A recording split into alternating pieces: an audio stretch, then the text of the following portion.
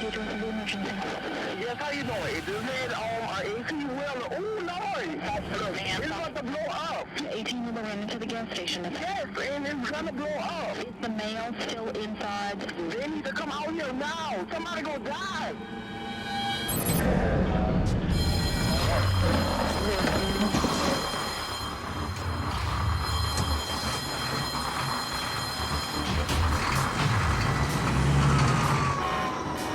Dispatch was a vehicle. Could be an accident or it could be auto fire. 300 North Claiborne. It's going to be for a few trucks on fire. Oh, all right. This might be the big one. Look at it. Look. Yep, there it goes. Fuel truck. Call hazmat, baby. Score 27 fire alarm. We're on the scene. It looks like we might have a fuel truck on fire. Can you have... We arrive on the scene. It took me maybe 3 seconds to just take a hold of what I was looking at. It was something to see. Matter of fact, give me a 1 alarm fire alarm. Give me a 1 alarm. Island 27, give out the 1 alarm. And I asked dispatch to complete the 1 alarm, which means to send multiple companies. Hey, yeah, back this bitch up. I called for hazmat, which is our hazardous materials officer. He comes out on the scene to deal with anything that's classified by DOT as a hazardous material, such as fuel. Oh, this is gonna be bad, dog. Go away from that. Yes, indeed. That bitch can blow. See if you find a hydrant.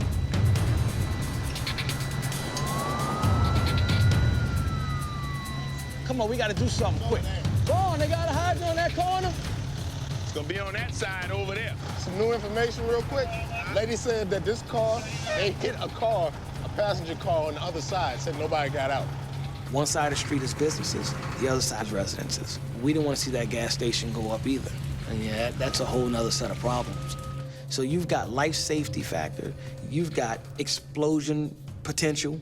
Sometimes we gotta remember that, you know, this thing is a killer. Give me a deuce and a half. All right. What a deuce and a half up. Leave it out for right now. 503, the hazmat cab of the truck so far is on fire. Let's hump it. Let's hump it. I mean, I feel helpless, but I mean, what can I do? That thing explodes right now. Dude, you talking about blocks. Right. Blocks of devastation. Hope the driver of that truck got out. I don't like this at all. Commander 27, back your crew out. 27, everybody needs to get farther back, at least 2 blocks back. Everybody needs to get farther back. They're burning a transformer. You back up? It's hot beyond explanation. All right, look. Hayden wants to back it up. Let it go. Y'all gotta move on, sir. Come on, Hayden. You're working under the most stressful conditions that I can imagine. For us to put on 60 pounds of gear and go face to face with something that has no mind of its own, a little fear might want to creep in. And you got to keep that at bay and just do the job. Watch that power line. Back up, back up, back up. I need some help. When our hoses are filled with water, they're heavy like boulders. Yeah, that's right. Back up, back up. It's getting hot. Having been a fireman before, that was the first thought in my mind was we're too close. Told Ty, it's funny, there's a trick that they teach you is to put your thumb up and look at the scene, and if you can still see it around your thumb, you're still too close. Dude, we gotta back up some more. Come on, move this truck. Dude, that's getting way too big, way too fast. Dude, when you see fire backing up, that's when you know, all right, we need to just back this bitch up a little bit. Just stay safe. What about the foam? You still got plans for that? Nah, it's too much for foam right now. Commander, fire alarm. The tank done ruptured. We have a lot of fire and flames blowing out of the tank here. We're gonna have to let it burn for the time being. We don't know how much fuel is inside that tanker. Every truck carries 15 gallons of foam. That's not gonna cut it. So we had to call in a foam truck that's outfitted with the master stream nozzle that can apply foam way more than we could with a couple of hand lines. Commander 500, we have any foam truck or anything we can use? We're letting this gas tanker fire burn itself out, but we're probably gonna need it when we get able to get close enough to it. The first moments of a fire are the most dangerous, and it took every ounce of restraint that these guys have to stay back and not get in there and fight that fire. Fire alarm to command, be advised. A foam tanker truck is responding from engine 10's quarters. 10-4. One of the things that all first responders are taught, that if you don't protect yourself first, you can't help anybody else. See that tornado, huh? I don't know where nobody's at. We don't know where all it was a mango restaurant up there, Paul. I know it could be 10 bodies up there. Move in, look, two of the guys' brothers are the driver, and he's asking me about him. I'm like, I don't know what to tell him. Tell him right now, we don't have all of that information. All right, that's fine. They can't find out anything until that fire gets down and we get close. At this time, we don't know anything, my man. But I know where you at, bro. I promise. I know it's your family, and we find something out, bro, we'll come let you know. We are dispatched on the first alarm of a 2-alarm fire in a massive blaze in the Bywater neighborhood. Hey, so what's going on down there? Point out responding. Right over there. Yep, there it goes. Point out's on the scene. When we arrive, the house is fully involved in flames. I see a woman screaming. So at first you wonder if, there's people in there. We're just gonna pull it. We're not gonna, don't charge it. I got it, go. Engine driver to plug. Go ahead and charge that line. Line is charged. When the building is fully involved, it's important to quickly get on the exposures, the neighboring buildings. Because you could quickly go from fighting a single house fire to fighting a 5-house fire. Ready to go, Trey. Aaron! Hey, pipe hole over here. Let's check this room so we can get a primary done. After we know everyone's safe and evacuated, 29 in command. We're doing a primary search and no one's in the building. we can start to aggressively fight the fire. Get our ass in there and let's put it out. You can't get to it. Bring that out. Hey, you're not going any further forward. Huh? You're not advanced anymore. Okay. Don't go any further. It's hot as in here, dude.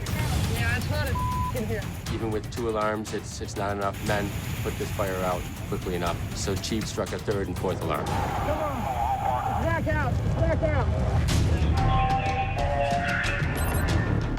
When a 2nd alarm is struck, every single firehouse in the city of New Orleans can hear what's going on. And we could tell the fire was pretty intense. The call comes out to us. We actually were dispatched on the 4th alarm. 16 right here, Chief. When we arrived on the scene, the fire was knocked down at this point, but we still had a lot of hot spots burning. Look up in that corner. You see how it's smoldering right there? We were immediately needed to go into the main fire building on the 2nd floor to make sure that all of it's extinguished. I got a lot of fire up here. Look at the fire over there. In that peak. Ain't gonna make it. I got a clear shot. I need 3 feet. 3 feet, find it. I think our lines are gonna reach. We're gonna pull it around the car. Try to get a couple more feet out of it. Tell them we got it. I got it now, buddy. We had a tough time finding all the hot spots up there. Everything was collapsed on top of itself. I mean, it looks like a bomb went off in the house. They're like the roof collapsed on it. Dude, that peak's being held by one forward. Dude, you feel this whole place shaking? Every now and then you feel it shake or something would move. And, you're like, man, I don't know if this is good. Stay on the floor, Dick. Watch the floors moving. It looks like the fire originated in the garage. There's a bunch of artists that rent apartments in the house, and they had a studio set up in the garage, and they were doing some work, and somebody forgot something on. Look, in that back corner, they can get to that. That's what you gotta get. Division 2, we got it. We all clear. That's it. The fire's officially out. Vic, that ladder truck can hit this perfectly. It's a good feeling, you know. We got great firemen in the city of New Orleans, and Engine 29 did a tremendous job saving these other houses. Shut it down. Chief, it's Engine 16. We coming down from Division 2, going to rehab. Everybody was safe, you know. We never had any really major injuries. That's the main thing. All in a night's work, my boy. I'm beat, buddy. Me too. I'm getting old. I'm getting old. This is old. Yeah, I know. Jason, that was fun up in there. Dude, that was like the old days, buddy. Making all these fires all day. Have a fire rescue. We have fire in the back storage. Fire in the back storage. Yes, ma'am. It's fire in the back storage, ma'am. Is everyone out of the building? No, not yet. Come in, guys. Get everyone out of the building. I've got help on the way, okay? Yes, ma'am. They're on their way. Thank you.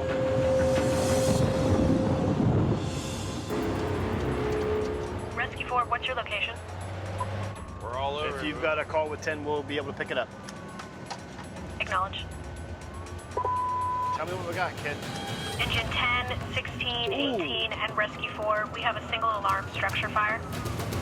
Rescue 4, copy. Engine 16 calling to working fire. Working fire. Engine 16 on scene.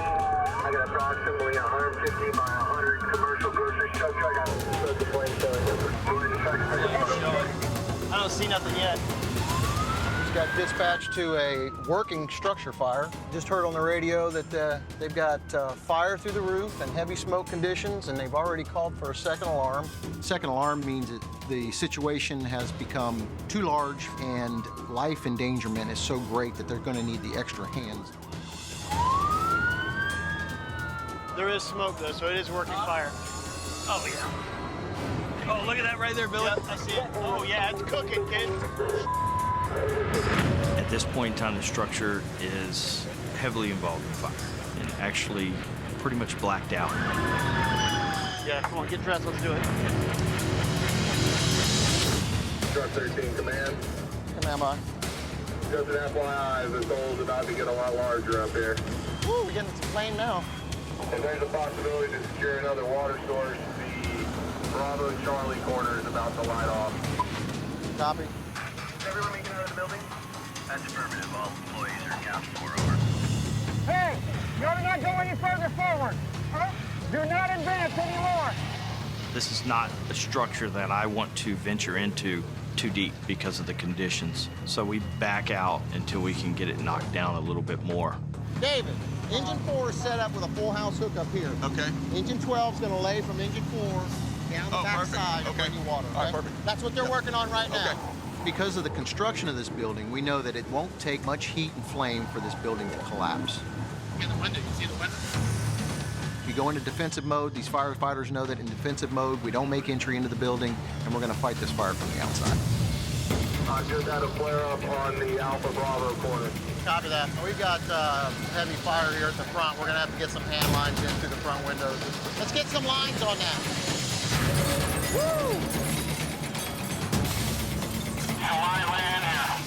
Right here, kid. Right here. Rescue 4 command. You called me earlier, power is secured. Chico's advised that the power has been cut to the entire building. Hey, John. Good. You can say it now.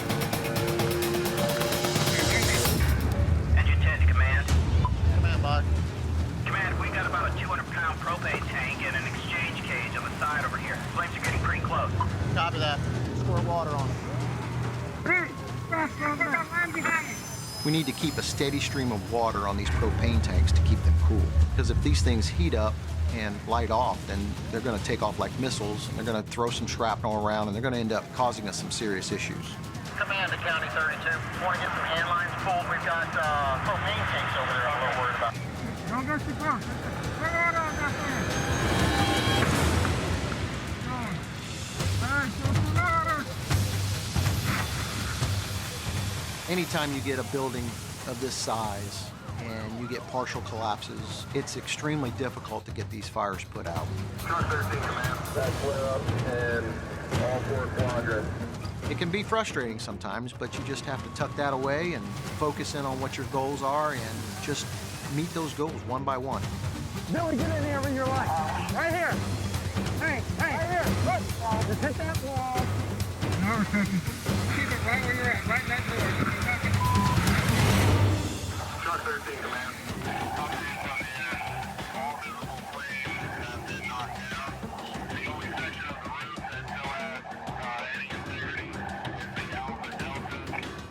Acknowledge, thank you. You know, as an incident commander, you take pride in seeing these guys bringing it all together, being able to take this chaotic madhouse situation, bringing some kind of order to it. Here's your water. We were able to walk away without anybody being injured, and everybody got to go home to their families the next morning.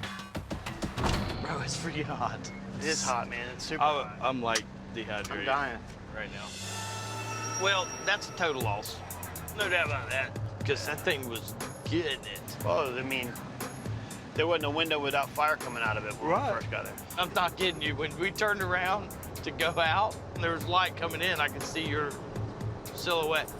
You're smoking like a campfire. I'm like, holy crap, it's too hot in here, man. We're going to just ignite. Good evening, I'm Kim Holden. And I'm Nancy Parker. Police say the fire trapped the driver of the 18-wheeler and he died. The woman who police say was driving the wrong way when she crashed into the truck is now under arrest. Be safe, be strong. Let's do this. Get that stretcher in here. You're gonna bleed to death. Grab the nozzle, grab the nozzle. You know, they're not dead. I can work with that.